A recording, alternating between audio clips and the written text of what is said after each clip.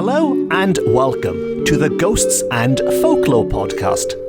I'm Mark Rees, and on each episode, I investigate a different, weird, and wonderful subject. And on this episode, this Halloween special, we are all going on a ghost hunt. Yes, I will be leaving the studio, and I'm taking you and a group of Wales's greatest ghost hunters to a supposedly haunted location for a suitably spooky paranormal investigation where witnesses have reported hearing things, feeling things, and even seeing things. What better way to celebrate All Hallows Eve, or, as we call it here in Wales, Nos Calan Gaeaf.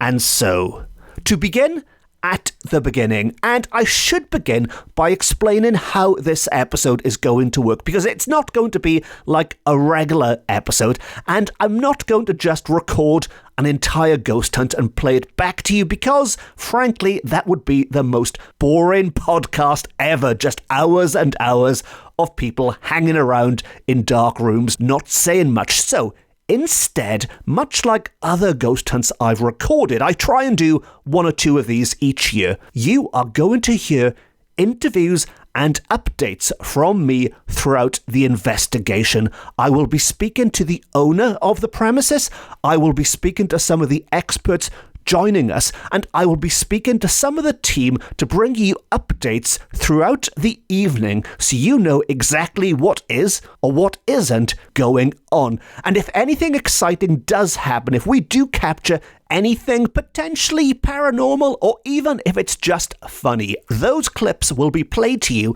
as and when they happen. And this probably goes without saying, but I should get my excuses in now. But apologies if some of the sound quality on this episode isn't great, because we are going to be walking around a darkened, supposedly haunted location. Some areas, the cellars, the attics maybe, are not going to be perfectly suited for capturing crisp, clear audio. So you might hear some background noise, some voices might be louder than others, you might get some humming, you might even pick up on some ghostly voices that were missed at the time. And if that's the case, if you are sitting there listening to this on headphones and you hear some strange noises that aren't mentioned by myself or the team, please let us know. And talking about the team, I should introduce them all to you and reveal the location before we get underway. And we are heading to Swansea, the city of Swansea, and more specifically, we are going to a historical pub or modern day live music venue, which, to the best of my knowledge, has not featured on any other podcast, TV show, film, whatever media you might be consuming. This is the first recorded investigation at the Bunkhouse on Park Street, that's just off the Kingsway in Swansea. Now, the Bunkhouse, as it is today, is an amazing live music venue. Lots of touring acts stop off there.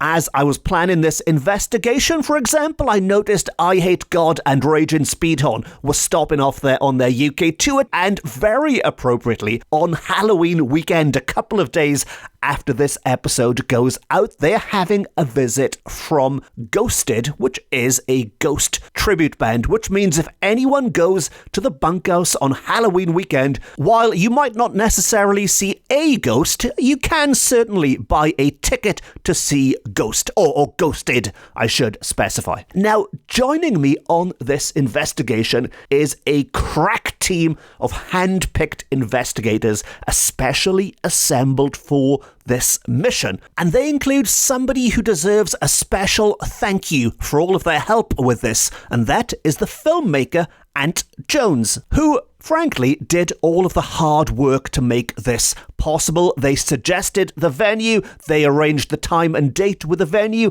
and even helped me out with my audio for this episode. And best of all, Ant was indeed there in his capacity as a filmmaker.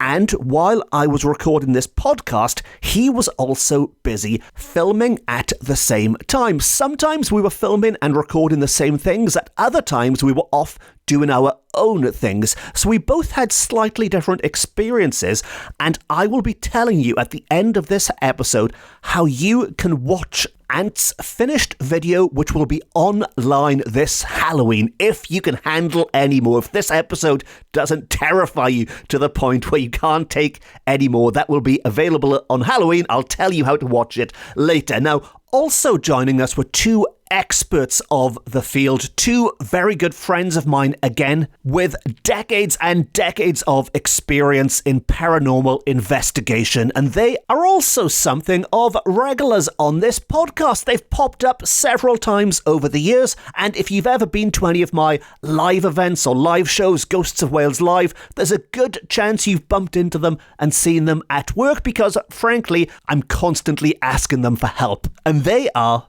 Sarah and Leanne from Cymru Paranormal. Sarah and Leanne from Cymru Paranormal, who will be giving us their expert opinions on what, if anything, happens throughout the evening. We will also have the amazing Jordan with us, the business owner, the very kind business owner who opened his doors and let us in to investigate.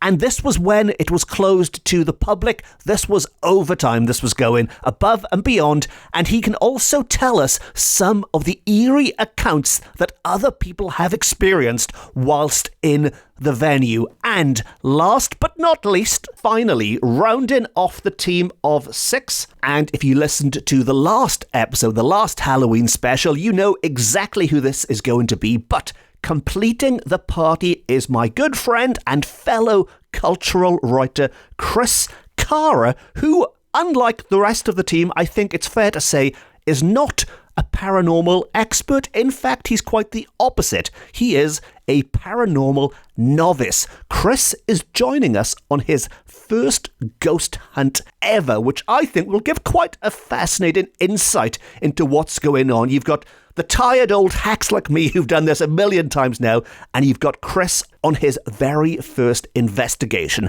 And with all of the formalities out of the way, all of that boring explanation stuff over and done with, we can now get on with the good stuff. And the first person I am going to speak to is going to be Chris himself, to find out how he's feeling before that first ghost hunt. Is he having second thoughts? Is he wishing he'd never said yes to it now that the day has arrived? Well, let us find out and let us summon him to the podcast. Is anybody there? Chris Cara, can you hear me? Right, Chris, welcome back to the Ghosts and Folklore podcast. Again, your third appearance now, two episodes in a row, and we're about to go into the Bunkhouse in Swansea for your first ever paranormal investigation. The team are all here. Are you excited? Yeah, I am kind of excited. I'm ready for this. I've been here before, but for food, when they used to do food, and I've kind of been into the pub area, but never into the cellar, and never seen anything spooky. So, but yeah, I'm excited. Looking forward to it. So you've never seen anything spooky, and when you were here in the past, I'm assuming you had a pleasant time, and there was nothing untoward, no chills up your spine, no icy hands grabbing your neck. No, the only thing icy was the beer, which was great.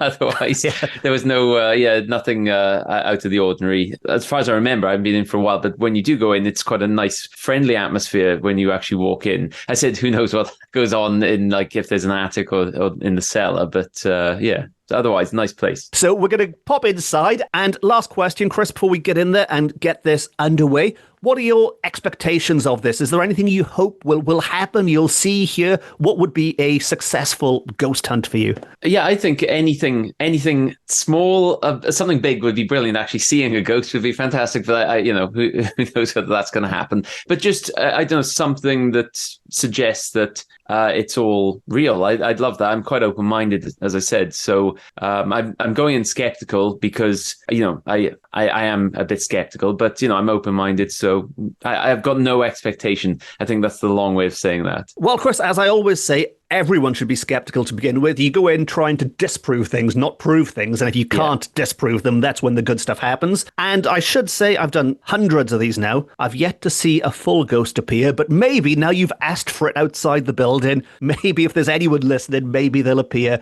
especially for beginner's luck, Chris, beginner's luck. Maybe we'll see something. But let's get in there. Let's get this underway and we'll catch up at the end.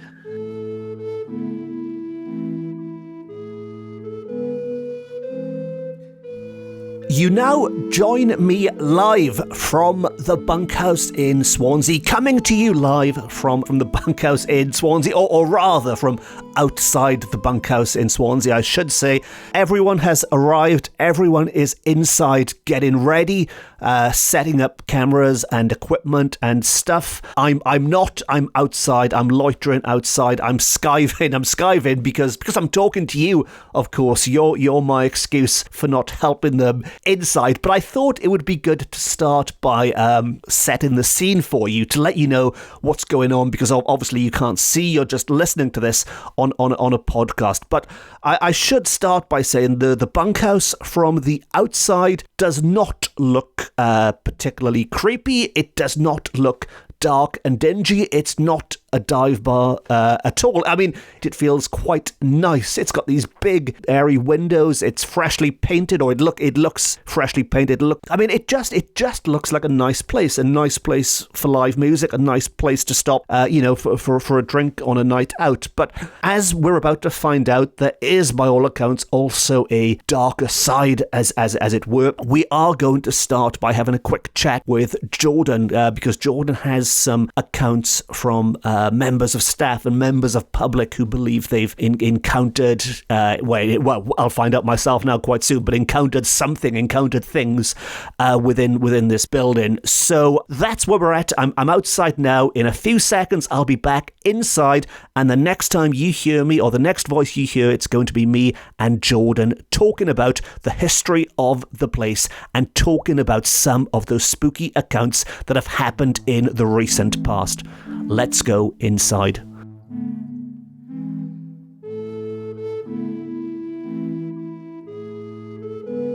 Can you tell us a little bit about the history of the place?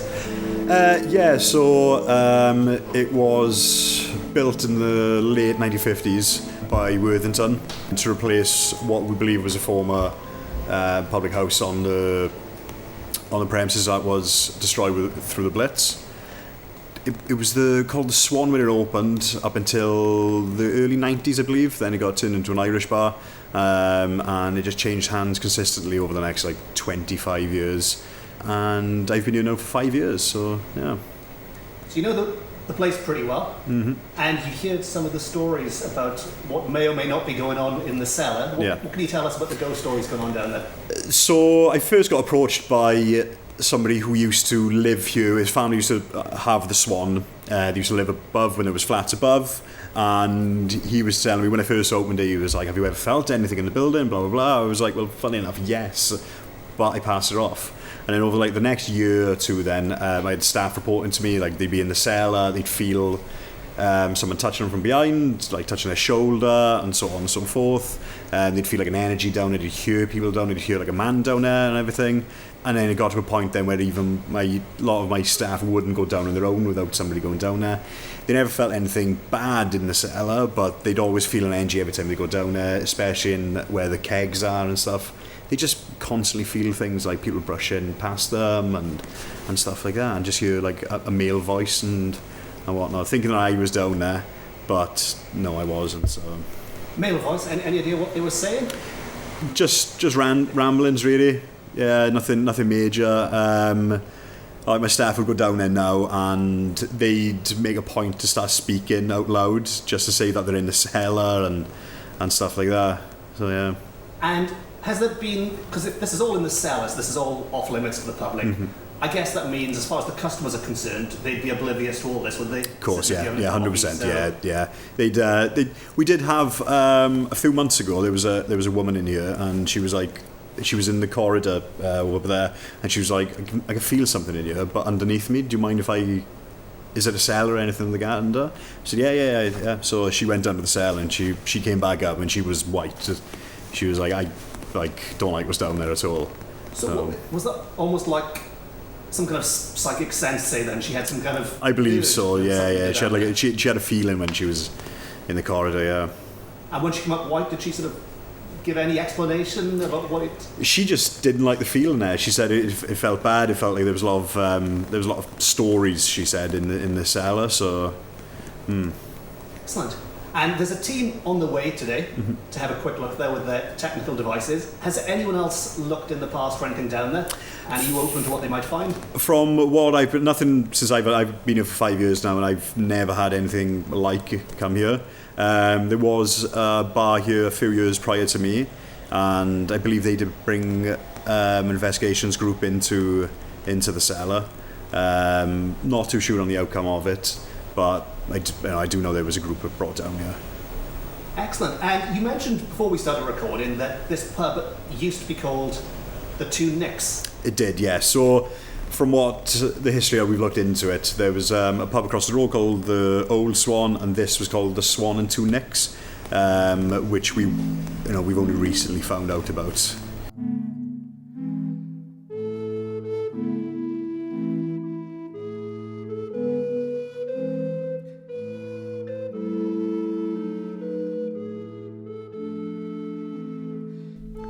So, as you've just heard from Jordan there, a lot has been reported here, and the vast majority of it has been associated with the cellar. So, of course, that is exactly where we're going to start our investigation. And this goes without saying again, I guess, but of course, the cellar is off limits to the public. Jordan has very sort of kindly given us access to the cellar. Specifically for this, I'll be honest, trying to walk down these steps and record and talk isn't the most sensible thing I've ever done. If you hear a crash, it's gone horribly wrong. But I'm at the bottom. You'll be glad to know I've made it to the bottom of the steps, and I was talking to you a little while ago from the outside, and I spoke about how nice a place it is, how sort of fresh and airy it is. As soon as you enter this space, it does feel quite the opposite, really. It's a cellar. It does feel oppressive, but this is not one of those sort of modern cellars, then, as it were. This is, it feels it's an old cellar. There's old stone walls, thick stone walls, the kind of thick stones that look like they're sweating almost, and they've probably got hundreds and hundreds of tales to tell. It's very musky down here, very claustrophobic. I'm looking around myself now for the first time with, the lighting is dim, so I can't really see a lot myself. But this isn't one big room. It's worth stressing that, I say the cellar.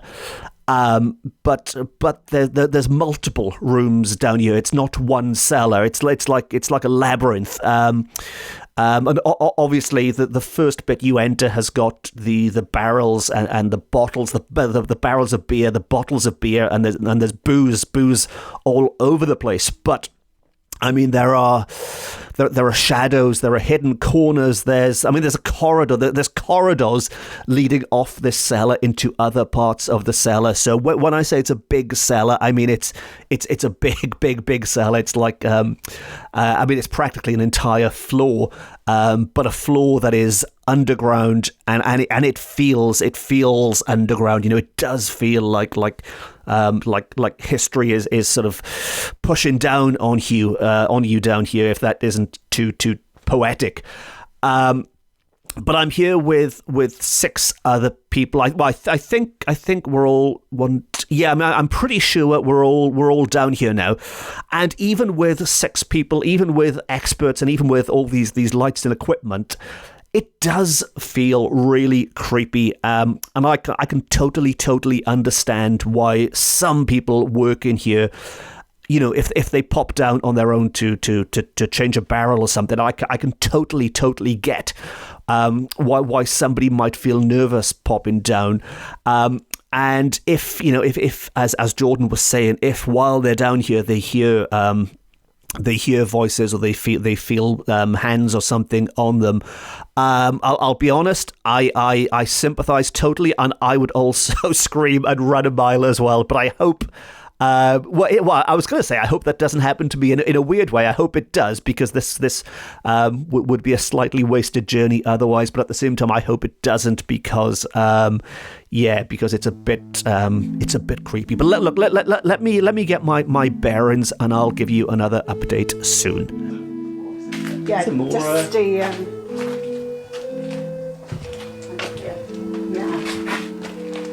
It's quite a big cellar. It goes on, doesn't it? Yeah.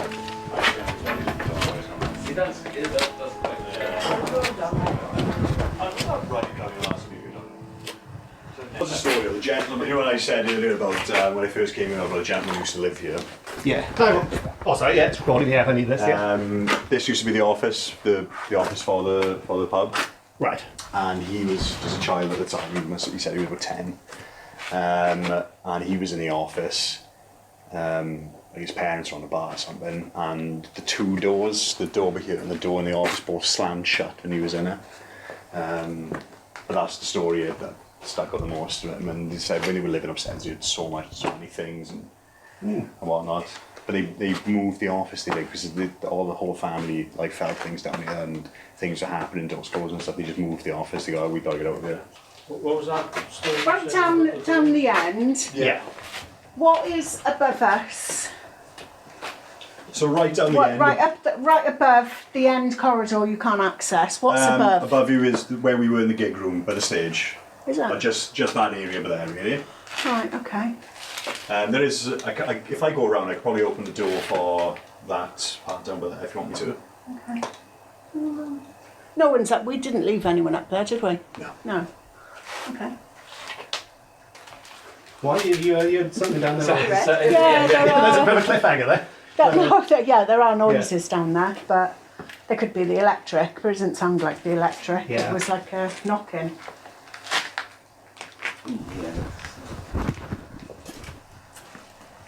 Well, I guess the staff, they wouldn't go to that bit, would they? They'd come down, they'd turn the phone. It's obviously a stock beer that they get. Yeah. Oh, But so they're happy to come here to grab stock, but they're It's not not- happy they're to not, go right. to where the kegs are and in that corridor over there. If they got to change a keg, they want me to come down with them.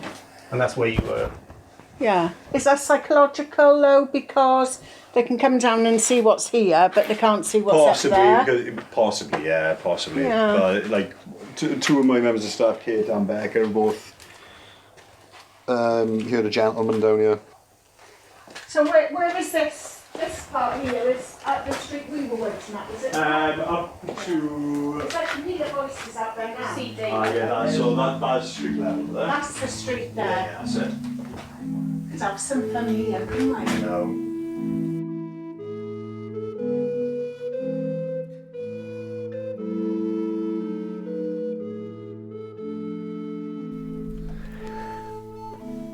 Hello, me again. Obviously. So we've been down here now, looking around, looking at certain bits.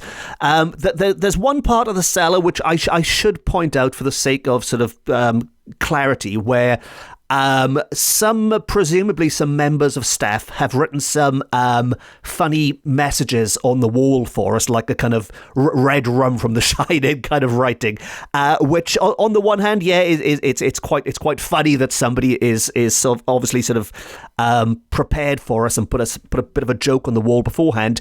The downside with those kind of things is that if you're aware that somebody thought it would be funny to prank you in some way, if anything potentially genuine happens, you've always got that in the back of your mind that there could be someone messing with you. But there are certainly little presents, let's say, that people have left down here for us. But on a more serious note, there is one part of the cellar that Cymru Paranormal have been drawn to in particular. Now that they didn't know this, they still, well, they're about to know because I'm talking aloud. But there has been the sighting of something in this particular spot before today, which I was sort of made aware of beforehand, which they didn't know, but nevertheless that they have been drawn to this particular spot. And while we've been here, we have heard what appear to be some kind of sounds. It's hard to describe, and I don't know if I've captured any, but there sounds almost like, it sounds a bit like almost like a bus rumbling overhead. But we know that there might be buses in the vicinity. But I mean, directly above us is a pub. There's no road above our heads right now, as it were. So this could be a rumble from somewhere, but it has that kind of feel to it.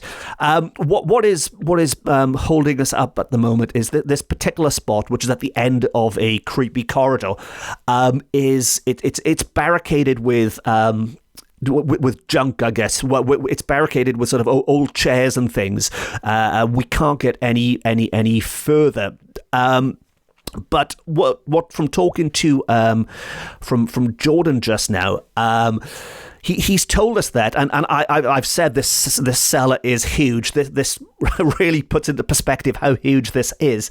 He's told us that there's actually 2 doors into the cellar. We've come down the main door where the bar staff would come down to get to the second half of the cellar. The second half of this, it's like a city down here. To get to the second part, and to hopefully get behind this pile of junk to investigate those sounds, we need to go back upstairs again to walk through the building and to come back down from the other end, and then just almost sort of to retrace our steps in reverse and come towards where we are now, if that makes any sense at all. But anyway, so what we're going to do is the experts have singled out a particular place of interest where we've heard strange sounds, where I know people in the past have reported some kind of apparition, and in order to access that, we are now heading back upstairs, and the next time you hear us, I imagine it will be downstairs or heading downstairs on the other side.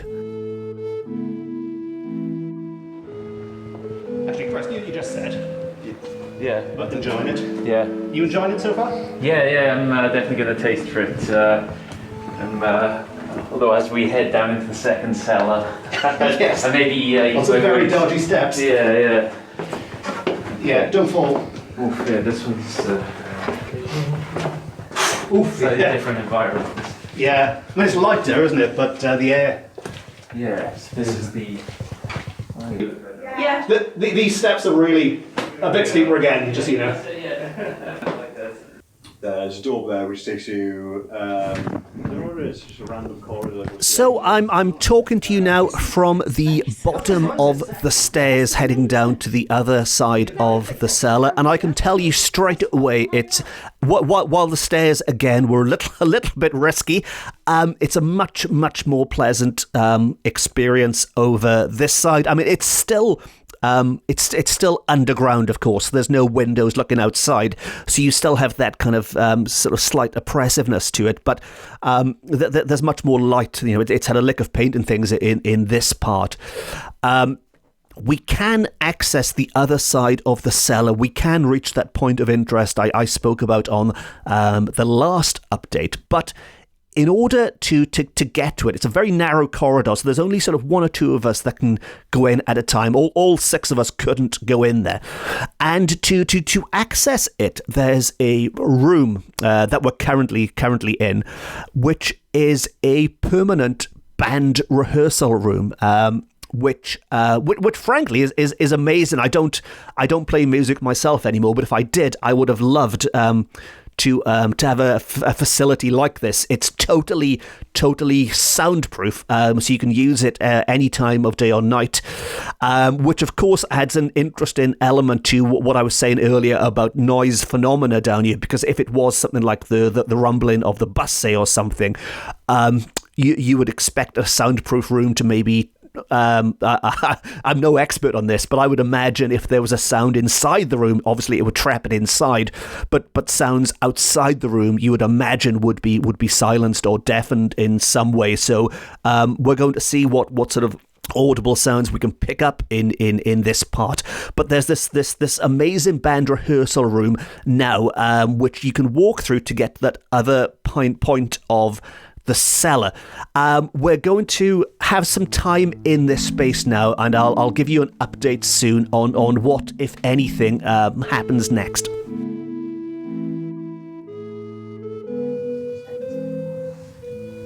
So what was the noise up there? Was that explained or? That's water. Okay, that's fine. Yes. But you heard something over here. What did it sound like?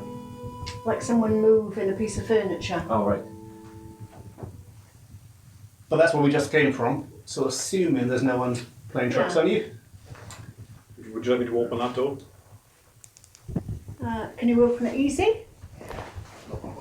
Are you sure? Yeah, no problem at all. We'll see further up the corridor then, won't we? Yeah.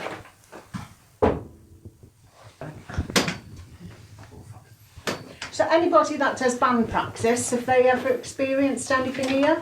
This one's permanently hired by one band, this practice room. Right. Because we have got another one on So top they as well. spend quite a bit of time They here spend quite a bit then? of time, and they also don't like being in here on their own. Don't they?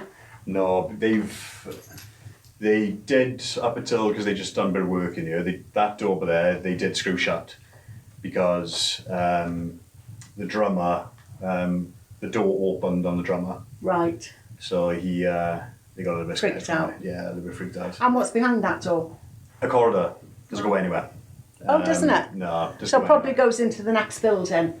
No, nothing at all. No? It's because the next building has got a cellar. Just this building has, and it's just a corridor, and it goes down and behind this wall as right. well. It doesn't go to it. It must have been used as storage. This is originally like a cask-ale keg room Yeah. when it first opened. So I presume it was storage, if anything. It's just bizarre. So, when your phone is telling you stay 1.5 metres to the subject and there's nobody there. Is that an old ghost hunting trick? See what the phone tells you. So what are these pipes for, do you know? So maybe Oh, gas. Sorry, Chris. Gas. Trying to get out of the way. gas, yeah, it's used now, and all these buildings have gas since No. the mid-90s. Right. So there's no gas. There's nothing inside them. No. So, we've been down here now for a few hours. We are going to be looking at wrapping things up before too long, but there are some interesting things I wanted to just bring you up to speed with quickly. The first one, since we've been down here, Jordan's managed to get hold of the previous owner. He's had some messages or WhatsApps, whatever they are, because the previous owner had their own team come and investigate, their own people come and look at whatever it was that they were experiencing here. And it's quite... it's fascinating, really, to see what differs from our I mean, we haven't been here long, in fairness, but what differs from our investigation, but also at the spooky coincidences. There are some things which do overlap, which I always love that when you sort of corroborate things with someone who is totally independent, and you see these patterns emerging. And I'm not for a second saying that it is paranormal. We could have both teams could have encountered the same totally natural phenomena, but I do like that synchronicity that two separate teams at two totally different times, years and years apart, have picked up on similar things. And there are some little things there that I'd like to look into in a bit more depth after this investigation. But one thing in particular that either this team or certainly somebody that the last owner had in did, which I find quite interesting, is that by all accounts they banished the evil energy, evil spirits, whatever you want to call it, but they banished the evil. Now, this makes a few assumptions here. First of all, it makes the assumption that yes, there was something here that needed banishing, needed removing in the first place. Secondly, it makes the assumption that it was, in some sense, evil, and that does pose the possibility, if there was an evil something, then would that also mean there was the opposite? Would that mean there was a good something? In which case, if only the evil has been done away with, and I'm not for a second saying this is what happened, but just bear with me on this one. If the evil has been done away with, then in theory, if there was a good, there was a lot of ifs and buts and maybes with this, but if there was a good, then that good could well still be here. And maybe if indeed anything is trying to communicate with us, and it does seem to be, if indeed something is, it's doing it through sound. If indeed that is, does that mean it's a good noisy spirit or spirits? In which case, that's slightly more comforting than any evil ones trying to scare us away with sounds. But what I can say is, and it's quite frustrating, is that we all seem to be picking up on sounds. I think all 6 of us now have heard sounds in different places at different times. It's proving incredibly tricky to capture any of this on my recording device, which I'll be honest isn't the best. I'm just walking around with a handheld microphone.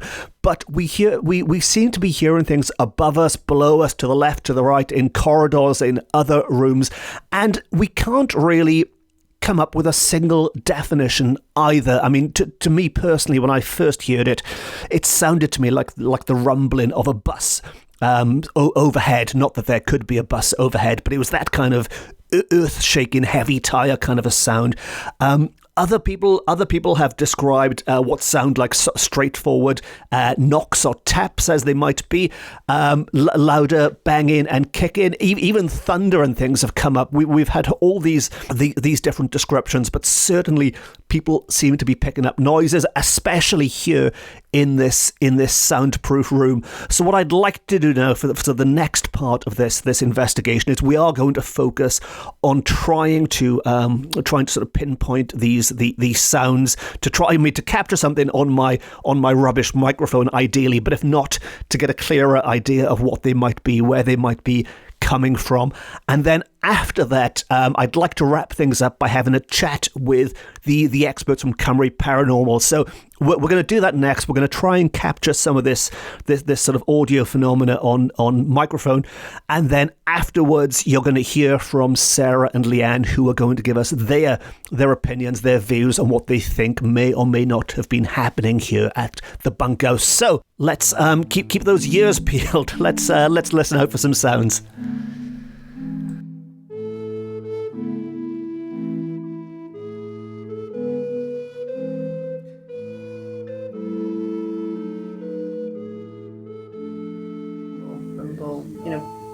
Every few seconds or something, if it was going over a drain or something out there. But it's really random. If you haven't heard it for a few minutes, but previously I'd heard it 2 times within a few seconds, and then nothing for a minute, and then again, and then nothing for a good few minutes. Well, I don't know if it's a total coincidence, but it tends to happen when I stop recording. So I just press stop then to save the last chunk, and then you said there's a noise, and now I've pressed it again, and now it's gone again. So. Right. What was that? Sorry, about music? I can't perform it. So I'm shy. I've heard music is good for energy. Yeah, so music creates energy. And so what we want when we're investigating is energy. So that's why you'll have paranormal investigators talking or laughing, and all of that is creating energy. So it's about being as normal as possible. So in this room, for example, this is where they use for band practice, or they chill and talk. So that's what you need to replicate, right, when you're investigating. Right.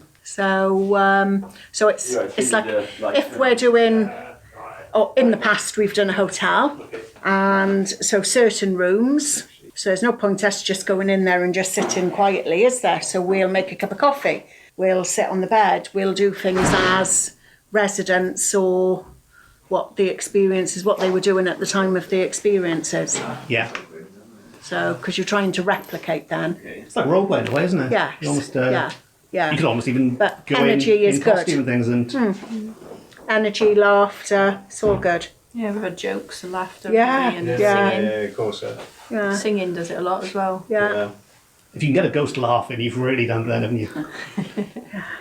They don't necessarily laugh with us. I suppose, it's all it really speaking, all the singing is down this end of building as well. Yeah. Stages here, rehearsal rooms here. Yeah, because we're right above where Yeah. people are constantly dancing.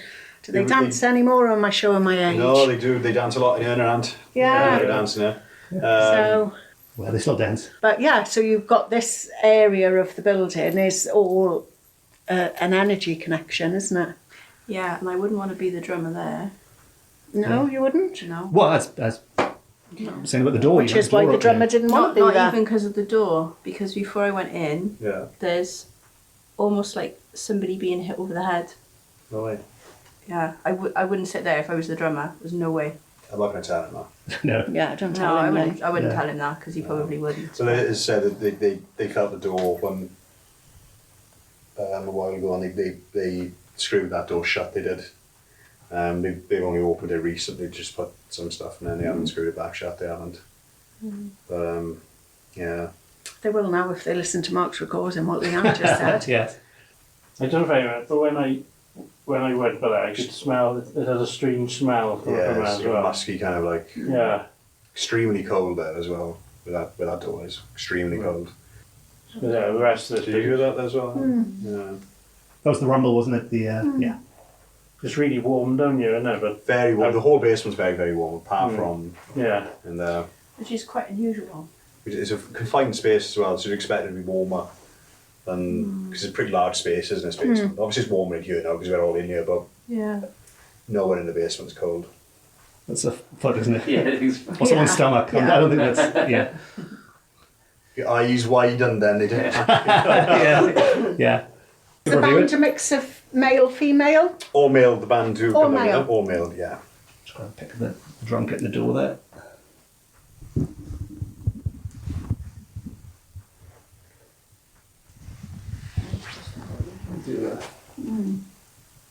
Are we waiting for the rumble, are we?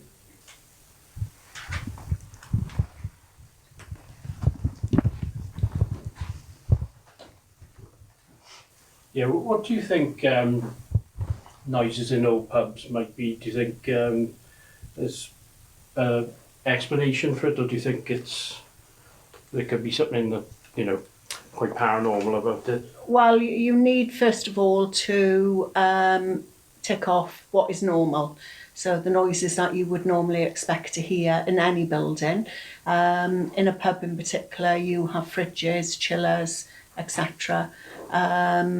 So you need to know what those sounds are. Again, you've got natural sounds from heating pipes, water, so you would know exactly what was normal. So you discount all of those, and then you start recording what you're picking up, the times that you're picking it up. Has anybody else heard that? Is there a reason for that? So you start trying to find a reason why that particular noise has been happening, and you just constantly go back questioning, and it could be shadows. So is there a light in a particular way? Is there a window? Is there a mirror? The reflections, glass on pictures. You'd be surprised, for example, these drums, their reflective surface. So could they be creating what people perceive they're seeing an apparition? So you discount all of that, and then you try constantly. It's just about asking continual questions.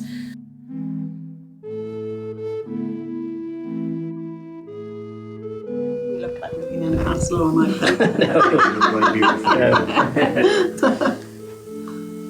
Right, thank you very much both. And what are your first impressions of Bunkhouse? It's an interesting building.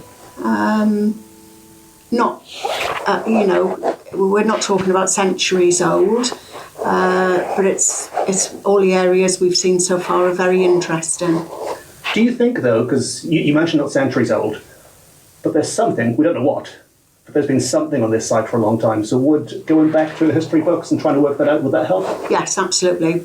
We would look at doing that after we've investigated. So we try and keep an open mind as much as possible. So getting encounters from people who have experienced is really good, because we can tailor certain areas, try and replicate what they experienced. Does it happen again? And then when we start to collate all the information that we've gathered, we can look back through the history, see, you know, what was actually on this site previously, as far back in history as we can possibly go. And it's quite surprising what could potentially come up once you've done that correlation that could be linked to what people have been experiencing. And it doesn't necessarily have to be bad history that you're looking for, does it? It doesn't, you know, you don't have to look at, say, the Blitz and things being destroyed. No, you could be looking at happy history, couldn't you? And people dancing and things. So it's about energy with the paranormal. So that could be bad energy, it could be positive energy. So here is a very positive place. We've been sat down in the basement where they do band practice. There's lots of positive energy going on here. Above us, there's a room where people on weekends in the evenings, they're happy, they're dancing, lots of music, so lots of positive energy. But that doesn't necessarily mean that there hasn't been negative energy in a place or on a piece of land. And that can also continue, because that's negative. So something very bad could have happened, which is stored with negativity. So both, really. And we were talking earlier that, by all accounts, a previous owner did banish the bad energy, for want of a better word, bad spirits, whatever they might be. But the good ones presumably are still here. Is that a concept you'd go along with? Can that happen? Can the bad ones come back? Can you pick and choose? What were your thoughts on that? It depends on what he felt he's removed from here. What was he experiencing that he feels that he's banished all bad, evil spirits and retained just good ones? So, well, just distracted by that noise then. Yeah. That was strange. That wasn't you, Chris. No, it wasn't. I was looking at him. There's nothing. It was right? like the symbol. It was like... I think it was that ice. Was it the ice thing? The ice machines are the other end. Oh, was it? It's in the I thought I bumped into a symbol, but looking, there's no symbol there. Right. Well, I was going to ask Leanne next about some of the experiences, but let's finish this bit, because I wasn't expecting that to interrupt me. So, go on, what's my train of thought? Right on cue. Yeah. Talking about bad energy, we just have a message. So is that what we want? A message to say, yes, I'm still here? Well, we can't explain that at the moment, so I wouldn't like to say that was paranormal, but we, you know, again, that could be something that's noted and we try and replicate that. Yeah. So at the time we were talking about bad energy, good energy, you know, evil, etc. And then, you know, there was that experience. And we get a potential proof. Yeah, Yes. let's try and replicate that at some point. Hello, this is the voice of Mark in the future. Yes, I'm interrupting my own podcast here because I wanted to pop up quickly and explain what exactly is going on right now, because you've just heard an unexpected moment, because as mentioned, we had reached pretty much the end of our investigation. We were wrapping things up, having a final chat with Sarah and Leanne from Cymru Paranormal, and I'll play you the end of that conversation once Mark from the future shuts up again and goes back to the past. But it was at this point we picked up what I think is the most interesting piece of evidence of the investigation, because while we were all sitting there in that band rehearsal room listening to Cymru Paranormal, in the far corner of the room, which is well out of arm's reach, was the drum kit. Now, behind this drum kit is a door which, weirdly, Jordan was telling us, was locked up down here because the drummer was getting freaked out by this door seemingly opening and feeling like maybe there was someone behind him or something, somebody coming out of it, almost like an Edgar Allan Poe story, because this corridor, to make it even creepier, leads absolutely nowhere. If you open that door and go out there, it is just a solid brick corridor leading absolutely nowhere. And unless you're going to use it for Edgar Allan Poe type purposes, I have absolutely no idea what anyone would want it for. Now, the reason I'm telling you all of this is because besides the fact that other people believe there is something weird going on in this corner, as we were all talking to Cymru Paranormal on the other side of the room, we heard one of the symbols on the drum kit crash. It sounded like somebody crashed one of the cymbals on the drum kit. Now, I'll talk about this in more detail at the end of the podcast. I'll catch up and have a chat with Chris at the end about this. But what I will say for now is that, again, I have to stress this, while it might not necessarily be paranormal, it certainly stopped us in our tracks, as you heard from that recording. And while we laughed about it at the time, when we stopped to think about it, none of us have any idea how that cymbal crashed. But anyway, this is Mark from the future. Check it out for now. I'm going to send you back to the past and we're going to pick up with Cymru Paranormal from the moment that cymbal crashed.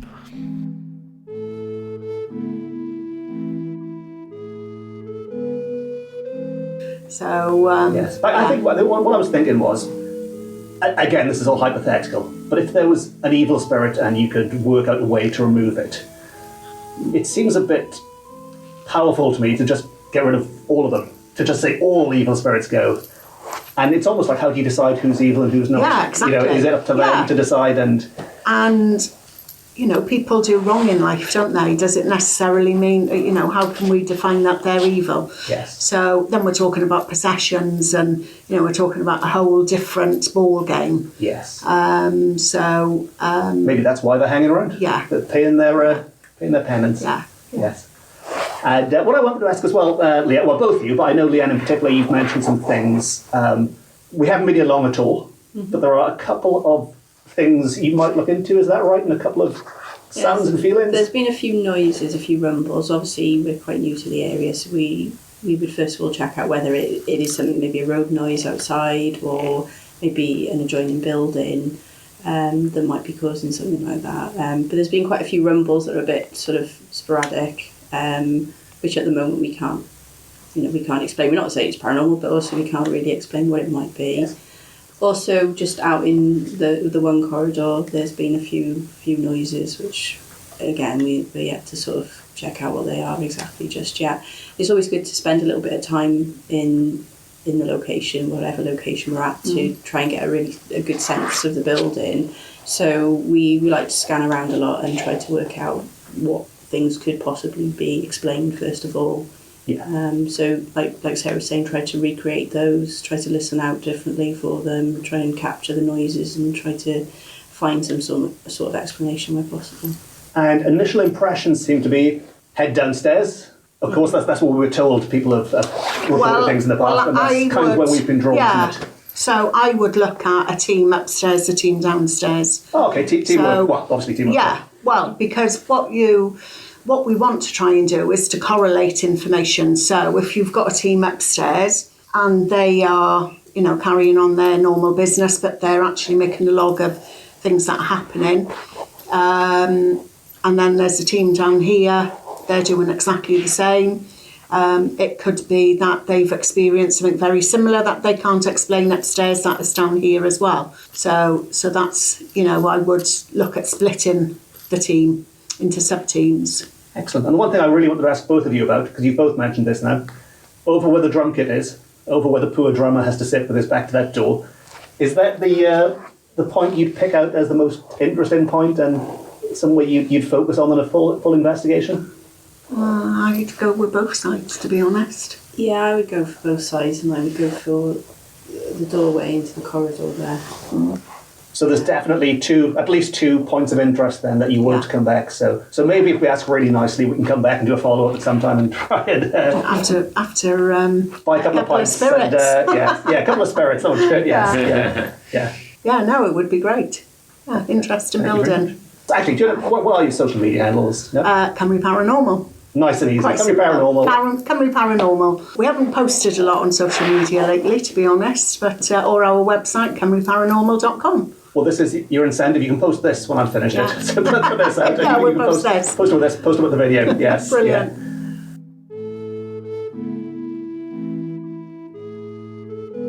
And this is Mark from the future talking to you once more, or rather Mark from the present, I should say, because we have at this point now wrapped things up. Our investigation at the Bunkhouse has come to an end. After that last interview you heard, we didn't really pick up on anything more besides there was the occasional noise, these noises we picked up throughout that we couldn't determine a source from.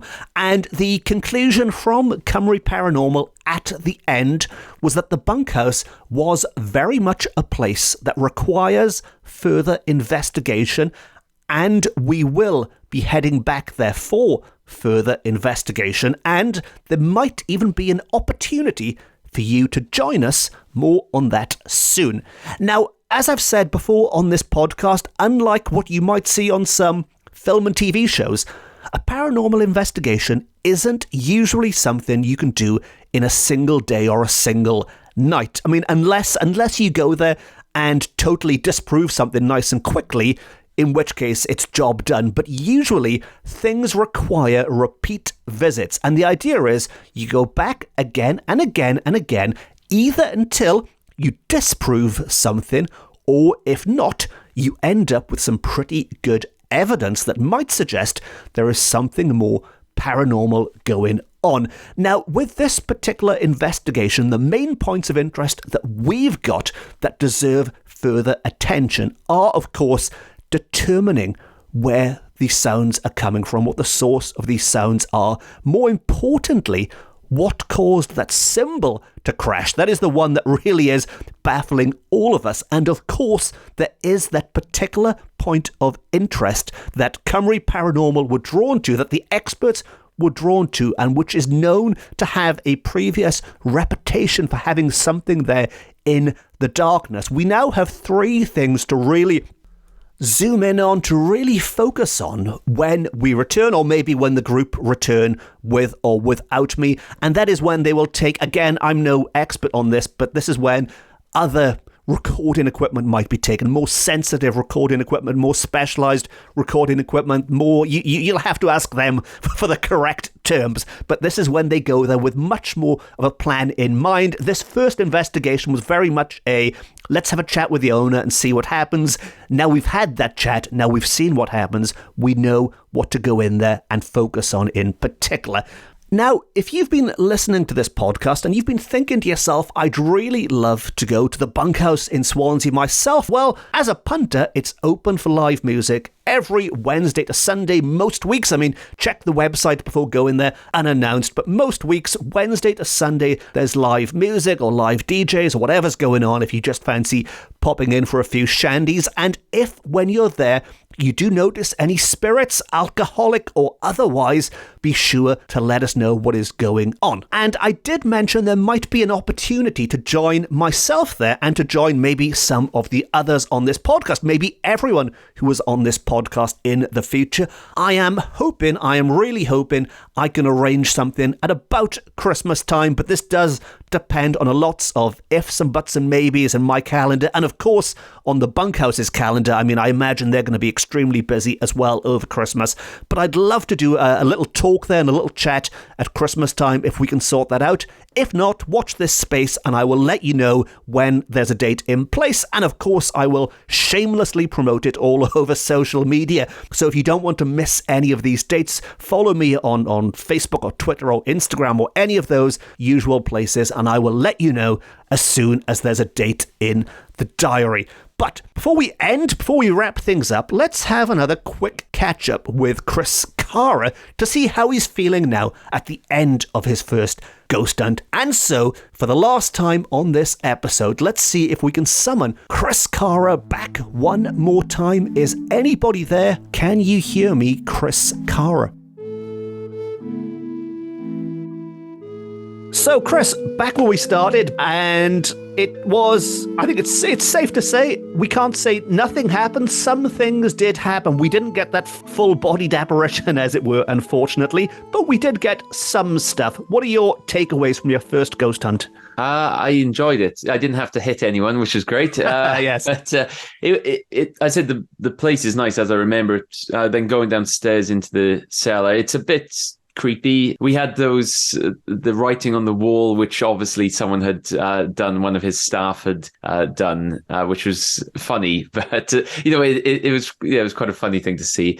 But obviously the biggest thing was the cymbal noise, which was at it was around the point of there's that door that kept opening and kept creeping the drummer out. I was standing the closest to the drum kit. We heard the noise. Everyone looked at me like, I think you even said, was that you, Chris? And I was standing close to the drum kit, but not close enough to hit it. So that, for me, I was like, something happened there, because you were talking, I think, about spirits, bad energy, and then the cymbal just went, or we heard a little noise. And for me, that was something. It could be explained perhaps, but there's no wind down there. There didn't seem like anything would have fallen onto the cymbal, and there was no one else around it but me. And I was not going to, go and create something out of nothing. So, yeah, I think maybe if that was probably the best thing that could have happened, apart from actually seeing a ghost. Yes, I mean, I need to go back and check the sound for that cymbal one. I hope I've caught that on audio at least, if not on video. But like you said, you were the nearest person to it. So if anyone was messing around, it was you. And I trust you, Chris. I like to think you're a trustworthy bloke. Plus, you haven't got arms like Plastic Man, so you couldn't, you couldn't reach across the room to do it anyway. The only issue is, as you mentioned, there were some members of staff who wrote some funny things on the walls, weren't there, to start with? And that does play on your mind. Do you think if there are people, having a laugh and a joke, when things like that do happen, you think, could they have done something really elaborate, or is this totally paranormal? But certainly initial impressions, and from talking to everyone else, we all seem to think that's one thing that we can't explain easily, isn't it? Yeah, so I think you're right there. We do need to look into it a bit more. When I say we, I mean probably the paranormal investigators, they're the experts here. But you're an expert now, Chris. Of course, this is my third podcast with you, and I've done a paranormal investigation now. I am an expert. Yes. But one thing I will say was, I said I was close to the drum kit. I know I couldn't have bumped into it, because initially I heard the noise, the cymbal noise. I looked at myself, I was like, I've bumped into the drum kit, turned around, and the drum kit was a good, 2 foot away from me. Yeah. And Jordan, the owner, he said, no, I was looking at him the whole time. He didn't move. So that's the one reason, because if Jordan had said, oh yeah, Chris bumped into the drum kit, I'd been like, that's what I did, but I didn't feel anything. I was a good 2 foot away from it. So, and it's just hard to explain. So that's, I'm not saying that was definitely a spirit contacting us, but who knows? And the way the experts would work in this situation, Chris, is ghost hunts, despite what, you might see on some TV shows and things, they're not supposed to be one night things. You go there in the dark and then you leave the next day. You're supposed to go back until you can prove or disprove something. So now that we have this, we can take this away, look into it, look at those recordings, look at the circumstances surrounding it, and then go back there. So we will definitely be heading back at some point this year. Are you up? Are you brave enough, Chris, for a return visit, a return ghost hunt at the Bunkhouse? Yeah, I think so. I think it was quite as the paranormal investigators were saying, it's quite a friendly place. It doesn't seem to be like an evil kind of presence or an evil feeling. It seemed to be quite a happy place. So yeah, I'd be happy to go back. And one thing you were saying then is it's worthwhile doing it a couple of times, because yeah, if you go in the night, in the dark, when everyone's already quite anxious because it's dark and it's creepy, you're more likely to hear something or see something. So I think going a couple of different times of the day, you're more likely to get a well-rounded view of what's happening. But yeah, long story short, I would be happy to come back. In that case, Chris, consider yourself a member of the team, and I'll get on the case and I'll get us back there before the end of the year. Excellent. And quickly, before I let you go, Chris, do you want to give your own podcast a shout out as you're on here? So if you listen to the last episode, you'd have heard me talking about my own podcast, Planet Health, and it's an exploration of the healthiest cultures and traditions around the world. So it's just a fun look at health and well-being around the world. So yeah, check it out, Planet Health. And also the Halloween episode, which I think came out on the 25th, whenever this is going out, that features you. So, of course, your fans will enjoy that. Planet Health, go and check it out. Avoid the Halloween episode, or you'll have to listen to more rubbish from me. Cheers, Chris. Thanks, Mark. All of which brings me to the end of another Halloween episode of the Ghosts and Folklore podcast. And as mentioned, this is the second of 2 Halloween episodes. If you haven't already, be sure to go back and check out the last one. And I do these Halloween specials every year, so if you're a new listener, you can go back and listen to the last 4 years worth of them now. And I also try and do a live ghost hunt once a year as well. Previous episodes have included Newton Hall in Duneva with my good friend Ronnie, or the last time I was in Swansea with Cymru Paranormal, which was at the 1940s Museum. And you can find all of those episodes amongst the 130 episodes now. Yes, this is 130 episodes of this rubbish now that I've recorded. So if you want to check out any of those, please do go back and have a rummage around. And if you don't want to miss any of the future episodes, of course, be sure to press the subscribe button.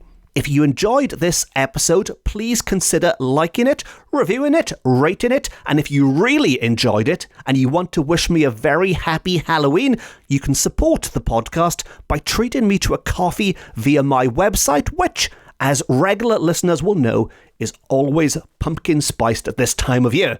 If you'd like more ghosts and folklore from Wales, you can follow me on social media as mentioned, and as well as this podcast, I've written a number of books about similar weird and wonderful subjects which are available from all good bookshops, offline and on. You can find a full list on my website, which includes my new book, Paranormal Cardiff, which is on sale very, very soon, and I'll be talking about that a lot more on the next episode. The next episode will be dedicated to Paranormal Cardiff. And also, I did mention there would be an opportunity to actually watch a video connected with this episode, and Ant is indeed preparing a video of this to go live, if all goes to plan, on Halloween itself, on October the 31st. Don't blame me if it is delayed for some reason, but as far as I know, from October the 31st, you can watch video footage of this investigation on Ant's YouTube channel,